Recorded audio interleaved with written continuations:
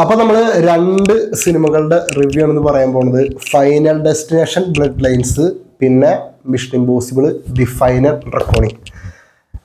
ഈ രണ്ട് സിനിമകളും ഞാൻ ഇപ്പൊ കണ്ടതല്ല. ഫൈനൽ ഡെസ്റ്റിനേഷൻ ഞാൻ വെള്ളിയാഴ്ച കണ്ടതാണ്. വെള്ളിയാഴ്ച വൈകിട്ട് ഫൈനൽ ഡെസ്റ്റിനേഷൻ കണ്ടതാണ്. ഇന്നലെ മാറ്റിനിക്കാണ് ഞാൻ മിഷൻ ഇമ്പോസിബിൾ കണ്ടത്. നമ്മൾ റിവ്യൂ ചെയ്യാൻ ലേറ്റ് ആയത് എന്താണെന്ന് വെച്ചാൽ, എനിക്ക് കഴിഞ്ഞ ആഴ്ച പനിയായിരുന്നു. കഴിഞ്ഞ ചൊവ്വ ബുധനും വ്യാഴമൊക്കെ ആയിട്ട് നല്ല പനിയായിരുന്നു. പിന്നെ വെള്ളിയാഴ്ചയാണ് എൻ്റെ പനി ഒന്ന് മാറിയത്. അതിനുശേഷമാണ് ഞാൻ ഫൈനൽ ഡെസ്റ്റിനേഷൻ വെള്ളിയാഴ്ച വൈകിട്ട് കണ്ടത്. പക്ഷെ പനി മാറിയെങ്കിൽ പോലും ഒരു ക്ഷീണം ഉണ്ടായിരുന്നു. കാരണം എന്ന് വെച്ചിട്ടുണ്ടെങ്കിൽ ചെറിയൊരു മൂക്കടപ്പ്, അങ്ങനെ കുറച്ച് ഒരു ക്ഷീണം, ചെറിയൊരു തലവേദന പരിപാടികളൊക്കെ ഉണ്ടായിരുന്നു. അപ്പം ഞാൻ വിചാരിച്ചു എന്തായാലും ഫൈനൽ ഡെസ്റ്റിനേഷൻ്റെ റിവ്യൂ ഇപ്പം ചെയ്യണ്ട, ഇനി മിഷൻ ഇമ്പോസിബിൾ കൂടി കണ്ടിട്ട് ഒരുമിച്ച് രണ്ടിനും ചെയ്യാമെന്ന് ഞാൻ അന്ന് വിചാരിച്ചിട്ടുണ്ടായിരുന്നു. പിന്നെ എന്ന് വെച്ചാൽ നമുക്ക് ആ റിവ്യൂ ചെയ്ത് കഴിഞ്ഞാൽ വേറെ ഒന്നല്ലേ, നമുക്കിത് ഇനി വീഡിയോ എടുത്ത് എഡിറ്റ് ചെയ്ത് അതിനെ അപ്ലോഡ് ചെയ്യണമെങ്കിൽ എനിക്കിനി പുറത്തേക്ക് പോകണം. കാരണം എൻ്റെ ഇവിടെ വീട്ടിൽ വൈഫൈ ഒന്നുമില്ല. അപ്പോൾ വീട്ടിലാണെങ്കിൽ റേഞ്ചും ഭയങ്കര കുറവാണ്. എന്ന് വെച്ചാൽ നോർമൽ യൂസ് കുഴപ്പമില്ല, ജസ്റ്റ് ഇങ്ങനെ ചുമ്മാ ഫേസ്ബുക്ക് ഇൻസ്റ്റ ഒക്കെ നോക്കണമെന്നൊന്നും കുഴപ്പമില്ല. പക്ഷെ യൂട്യൂബിലൊക്കെ വീഡിയോ അപ്ലോഡ് ചെയ്യണമെങ്കിൽ അത്യാവശ്യം റേഞ്ചുള്ള സ്ഥലം വേണം. എന്നാലും ഒരു 10 മിനിറ്റ് കൊണ്ട് സാധനം തീർന്നു. ഇല്ലെങ്കിൽ ഇവിടെ നിന്ന് അപ്ലോഡ് ചെയ്യാന്നുണ്ടെങ്കിൽ കുറേ നേരം പിടിക്കുക. അപ്പോൾ അതുകൊണ്ട് നമുക്ക് പുറത്തേക്ക് ജംഗ്ഷനിലേക്ക് ഒന്ന് പോകേണ്ടി വരുന്നു യൂട്യൂബിൽ വീഡിയോ അപ്ലോഡ് ചെയ്യണമെങ്കിൽ. അപ്പോൾ അതാണ് ഞാൻ ചെയ്യാണ്ടിരുന്നത്. അതിനുള്ളൊരു അവസ്ഥയല്ല, വയ്യ തീരാ. പനിയൊക്കെ മാറി ഒന്ന് ആ ഒരു ഇതിന് നിൽക്കാതെ, അതുകൊണ്ട് വയ്യായിരുന്നു. അതാണ് ഞാൻ ചെയ്യാണ്ടിരുന്നത്. അപ്പോൾ ഇപ്പോൾ നമ്മൾ രണ്ട് സിനിമയും കണ്ടതിന് ശേഷം നമ്മൾ ഒരുമിച്ച് ചെയ്യാമെന്ന് വെച്ചു. അപ്പോൾ ആദ്യം ഫൈനൽ ഡെസ്റ്റിനേഷനെ പറ്റി സംസാരിക്കാം. കാരണം അതാണല്ലോ ആദ്യം കണ്ടത്. Final destination blood lines final ഡെസ്റ്റിനേഷന്റെ 6ാമത്തെ ഭാഗമാണ് ഇത്. ഈ ലാസ്റ്റ് ഭാഗം 5 എൻ്റെ ഒരു ഓർമ്മ ശരിയാണെങ്കിൽ 14-15 കൊല്ലം മുമ്പാണ് ഇറങ്ങിയത്. ഇതിന്റെ മുമ്പത്തെ പാർട്ട് 5, ഇതിപ്പോൾ 6 ആണ് ഫൈനൽ ഡെസ്റ്റിനേഷൻ.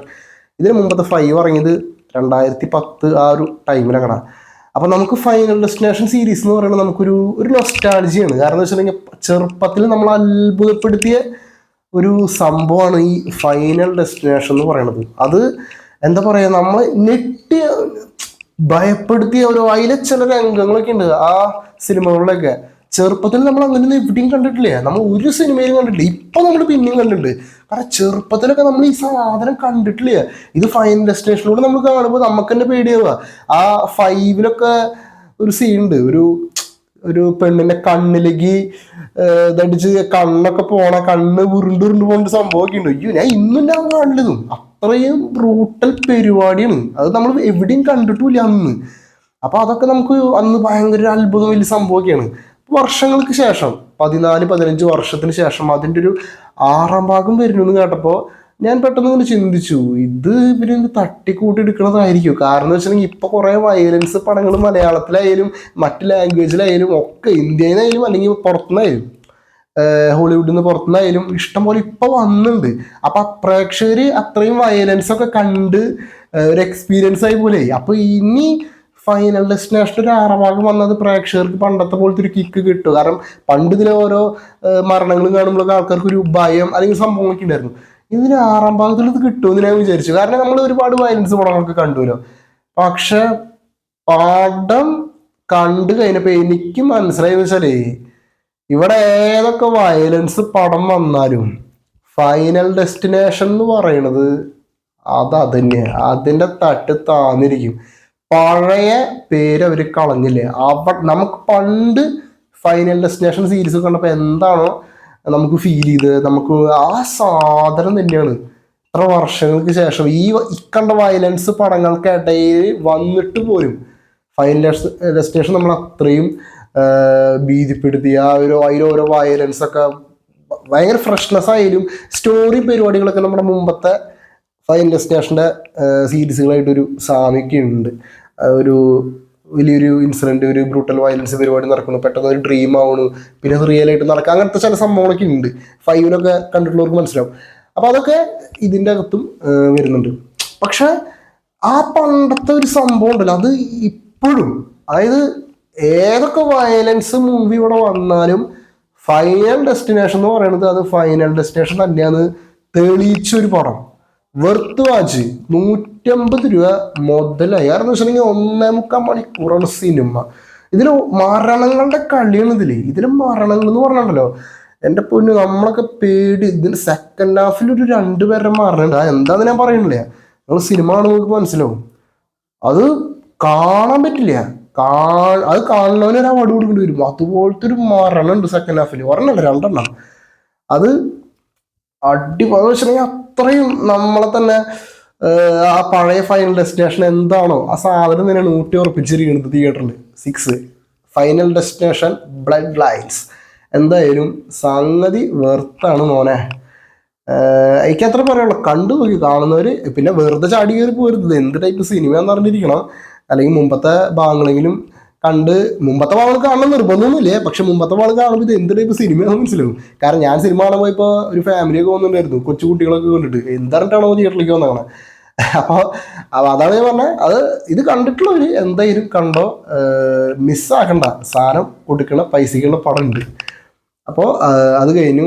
ഇനി നമ്മൾ കിടക്കാൻ പോണത് മിഷൻ ഇമ്പോസിബിൾ ദി ഫൈനൽ റെക്കോർഡിങ്. ടോം ക്രൂയിസിൻ്റെ ലാസ്റ്റ് പടമാണ് മിഷൻ ഇമ്പോസിബിളിൻ്റെ സീരീസിൽ ഫൈനൽ റെക്കോർഡിങ്. ഈ സിനിമയെ പറ്റി പറയുകയാണെങ്കിൽ എൻ്റെ ഒരു അഭിപ്രായത്തിൽ ഇത് ഡെഡ് റെക്കോർഡിങ്ങിൽ നിർത്തിയാൽ മതിയായിരുന്നു ഈ സാധനം. അതായത് ഇതിന് മുമ്പത്തെ ഭാഗം, ഇതിപ്പോൾ 8ാമത്തെ ഭാഗമാണ് മിഷൻ ഇമ്പോസിബിളിൻ്റെ ഏറ്റവും ലാസ്റ്റ് 8. ഇത് 8 ആണിത്. ഇതിന് മുമ്പിറങ്ങിയ 7 ഡെഡ് റെക്കോർഡിങ് പാർട്ട് 1 എന്ന് പറഞ്ഞിട്ടുള്ള സിനിമ 2013 ജൂൺ മാസത്തിലാണ് ഇറങ്ങിയത്. അത് എനിക്ക് ഭയങ്കര തിയേറ്റർ എക്സ്പീരിയൻസ് ആയിരുന്നു. 1 തിയേറ്റർ എക്സ്പീരിയൻസ് ആയിരുന്നു ഈ സാധനം. അതും ഇതും സെയിം ഡ്യൂറേഷനാണ്, 2 മണിക്കൂർ 49 മിനിറ്റ്. ആ പടം 2 മണിക്കൂർ 45 മിനിറ്റുകളുണ്ട്. പക്ഷെ അതെന്ന് പറയുന്നത് ഭയങ്കര എൻഗേജിങ് ആയിട്ടുള്ളൊരു സിനിമയായിരുന്നു. പക്ഷെ ഇതിലോട്ട് വരുമ്പോൾ ഇതൊരു സ്ലോ പേസ്ഡ് മൂവിയാണ്. നമ്മുടെ മുൻപത്തെ മിഷൻ ഇമ്പോസിബിൾ സീരീസ് വെച്ച് നോക്കുമ്പോൾ എനിക്ക് പേഴ്സണലി വീക്കായിട്ട് തോന്നിയ ഒരു സിനിമയാണ് ഈ 8ാം ഭാഗം ഫൈനൽ റെക്കോർഡിങ്. കാരണം മുമ്പത്തെ MI സീരീസ് പോലെ അല്ല ഈ സാധനം. മുമ്പത്തൊക്കെ സീരീസ് പറയുമ്പോൾ ആക്ഷൻ പരിപാടികൾ അല്ലെങ്കിൽ ഒരു ഫുൾ എൻഗേജിങ് ആണ്. നമ്മൾ സിനിമ തുടക്കം തൊട്ട് ഒടുക്കം വരെ അതിൽ ഓരോ സീനുകളായാലും ഓർത്തിരിക്കാൻ പറ്റിയ പല സീനുകളുണ്ട്. പക്ഷെ ഇതിലോട്ട് വരുമ്പോൾ ഈ കഥാപരമായിട്ടാണെങ്കിലും ഈ സിനിമ ഒരു സ്ലോ പേസ്ഡ് മൂവിയാണ്. ഇതിൻ്റെ അവസാനം ഒരു 40 മിനിറ്റ് ഉണ്ട്, 40-45 മിനിറ്റ് പരിപാടിയുണ്ട്. അതാണ് സത്യം പറഞ്ഞാൽ ഇത് മിഷൻ ഇമ്പോസിബിൾ ആണല്ലേ ഇത് നമുക്ക് ഓർമ്മിക്കണ ഒരു സാധനം അവിടെയാണ് കിട്ടണത്. അവിടെ ഒരു പരിപാടി ഉണ്ട്, ഒരു ലാസ്റ്റത്തെ പടത്തിന്റെ അവസാനത്തെ ഒരു 3/4 മണിക്കൂർ. പക്ഷെ അതും ഭയങ്കര സംഭവമൊന്നുമല്ല, നമുക്ക് ഓർത്തിരിക്കാൻ പറ്റുന്ന സംഭവമൊന്നുമില്ല അതിലും. അത് വേറെ കാര്യം. ഇപ്പോൾ ഇതിന് മുമ്പത്തെ ഡെഡ് റെക്കോർഡിങ്ങിലൊക്കെ ലാസ്റ്റ് അതിലും ഒരു അവസാനത്തെ ഒരു 40 മിനിറ്റ് ഉണ്ട്. ആ പടം ഓൾറെഡി എൻഗേജിങ് ആട്ടാ. അത് ത്രൂ ഔട്ട് പടം ഇതേ സെയിം ഡ്യൂറേഷൻ തന്നെയാണ് ആ പടം, 2 മണിക്കൂർ 45 മിനിറ്റ്. ആദ്യം തൊട്ട് അവസാനം വരെ ഭയങ്കര രസം കണ്ടിരിക്കുക. അതിൽ തന്നെ അവസാനത്തെ 40-45 മിനിറ്റ് ഡെഡ് റെക്കോർഡിങ് വേറെ ലെവലായിരുന്നു. വൺ തിയേറ്റർ എക്സ്പീരിയൻസ് ആയിരുന്നു ആ സാധനം. എനിക്ക് മറ്റുള്ളവരെ അഭിപ്രായം എനിക്കറിയില്ല, പക്ഷെ ഫോർ മീ എൻ്റെ കാര്യം ഞാൻ പറയാം, 1 എക്സ്പീരിയൻസ് ആയിരുന്നേ. പക്ഷെ ഇതിലോട്ട് വരുമ്പോഴും ഇതിന്റെ അവസാനത്തെ 40 മിനിറ്റ് ആണ് പടത്തിന് ഹൈ ആയിട്ട് തോന്നിയെങ്കിൽ പോലും അത് നമുക്ക് അങ്ങനെ ഓർത്തിരിക്കാൻ പറ്റിയ ഒരു സംഭവമൊന്നുമില്ല. എനിക്ക് അങ്ങനെയാണ് തോന്നിയത്. എനിക്കൊരു ആവറേജ് ഞാൻ പക്ഷെ എൻ്റെ പേഴ്സണൽ ഒപ്പീനിയൻ ഞാൻ പറയും, ഇതുവരെ വന്ന MI സീരീസിൽ വെച്ചിട്ട് എനിക്ക് ഒരു വീക്കായിട്ട് തോന്നിയ അല്ലെങ്കിൽ ഒരു മോശം തോന്നിയ ഒരു സിനിമ തന്നെയായിരുന്നു mission impossible the final recording. എനിക്കൊരു ആവറേജ്. അത് ആവറേജ് എന്ന് പറയാൻ കാരണം അവിടെ ഇവിടേക്ക് ചില സീനുകൾ കൊള്ളാം എന്നുള്ളത് മാത്രമാണ്.